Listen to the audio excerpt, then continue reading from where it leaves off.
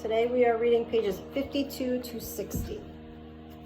He has not eaten recently, Baloo said, sounding relieved. He will be eager to hunt the Banderlog, but be careful, Bagheera. Kaa is always a little blind after he has changed his skin, and is quick to attack. Good hunting, cried Baloo as he approached the snake. Bagheera came up behind Baloo slowly, for he did not know Kaa well and was weary of him. Good hunting for us all, Kaa replied. Is there any good news of game afoot? I am empty as a dried well. We are hunting, said Baloo casually. He did not want Kaa to know how much he and Bagheera needed his help. Allow me to come with you, Kaa said, or I shall have to wait for days on a wood path and climb half a night for the chance of a young ape. I came very near to falling on my last hunt, and the noise of almost falling waked the Banderlog. They called me the most evil names. Footless, yellow earthworm, muttered Bagheera, putting the name into Kaa's head. Did they call me that? Kaa asked in a low hiss. Something like that, Bagheera replied. They will say anything, even that you have lost your teeth and dare not hunt anything bigger than a baby goat because you are afraid of a ram's horns. Kaa's black eyes were steady, but Baloo and Bagheera could see the muscles on his throat ripple and bulge with anger. It is the Banderlog that we follow now, said Baloo. Those nut stealers and pickers of palm leaves have stolen our man cub, Bagheera added. Have you heard of him? I heard news from Ikey the porcupine of a manling that was part of the wolf pack. But Ikey is full of stories that are half heard and badly told. I did not believe. It is true, said Baloo. He is the best and wisest and boldest of man-cubs. We love him, Kaa. Our man-cub is in treacherous little hands of the Banderlog, who fear Kaa alone, said Bagheera. They have good reason to fear me, said Kaa, chattering foolish, vain creatures. We must remind them to speak well of their master. Where have they taken the manling?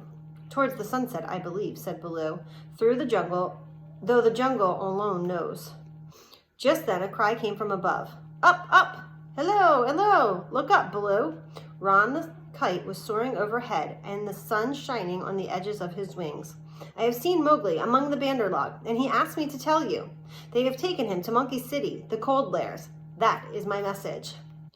A filling meal and a deep sleep I wish for you, Ron, cried Bagheera. I will remember your deed and set aside part of my next kill for you. It is nothing, Ron replied, as he circled to leave. The boy spoke the master words. He has not forgotten to use his tongue or his teaching, Baloo said with a chuckle of pride. I am proud of him, agreed Bagheera. But now we must go to the Cold Lairs. The Cold Lairs was a place that all the jungle people knew but seldom visited. An old deserted city lost and buried in the jungle. It had once been inhabited by man. Only the monkeys spent time there now. It is half a night's journey, Bagheera said, looking at Baloo. I will go as fast as I can, replied the bear. Kaa and I must go ahead, said Bagheera. Follow us quickly as you can. The panther rushed ahead at a fast canter, while a silent Kaa kept up easily. You are no slow goer, Kaa, remarked Bagheera. I am hungry, Kaa replied, finding the shortest route and slithering alongside behind him. And they called me names?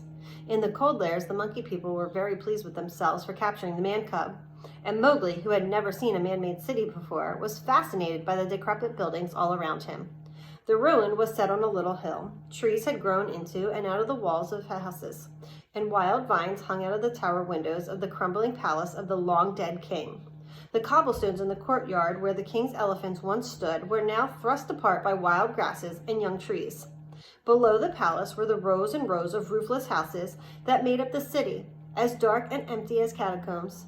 The monkeys called the ruins Monkey City and pretended to be men, but they had no idea what the structures were or how to use them. They explored all the rooms and buildings, but never remembered what they had seen. They sat in the king's council chamber and scratched for fleas or ran in and out of the roofless houses collecting broken bricks or plaster. But they always forgot where they hid the bricks and plaster and would fight among themselves about it. Then they would run down to the palace terrace and shake the orange trees just to watch the fruit fall. Over and over again, the monkey people did these things in Monkey City until they grew bored and went back to the jungle treetops, hoping that the jungle people would finally notice them.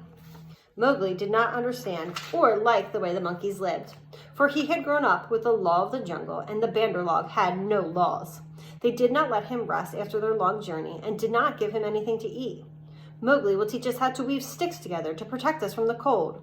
one of the monkeys told his companions. But when Mowgli showed them how to do this, they intimidated him for only a minute before losing interest, howling and pulling one another's tails. "I want to eat," said Mowgli. "Bring me food, or give me permission to hunt here." Several monkeys bounded away to bring him food, but they got into a fight out on the road and left the nuts and fruits they'd gathered lying in the dust. Frustrated, Mowgli roamed the city, giving the strangers hunting call. But nobody answered him, and he began to feel lonely and afraid. "Everything Baloo told me about the monkey people is true," Mowgli said to himself. "I must try to get back to my own part of the jungle." But as soon as Mowgli walked to the edge of the city, the monkeys dragged him back, telling him how lucky he was to be with them, the great Bandar Log.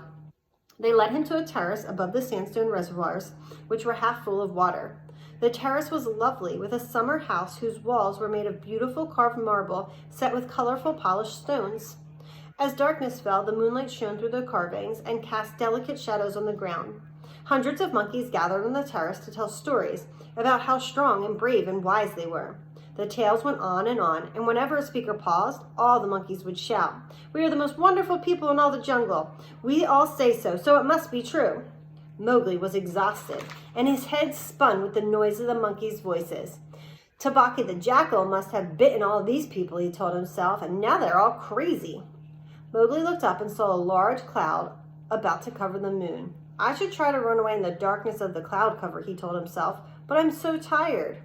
In the ditch below the city wall, two other creatures watched the same cloud and the mass of monkeys. They too were waiting for darkness. Even a panther and a python were no match for 200 Bandar Log. "I will go to the west wall and come down swiftly with the slope in my favor," said Kaa, as the cloud hid the moon. "I wish Baloo was here," said Bagheera, "but we must do what we can without him." Up on the terrace, Mowgli heard the sound of Bagheera's feet behind him as the panther broke the circle of monkeys surrounding the man cub. When we continue tomorrow, we'll find out if Bagheera and Kaa can save Mowgli.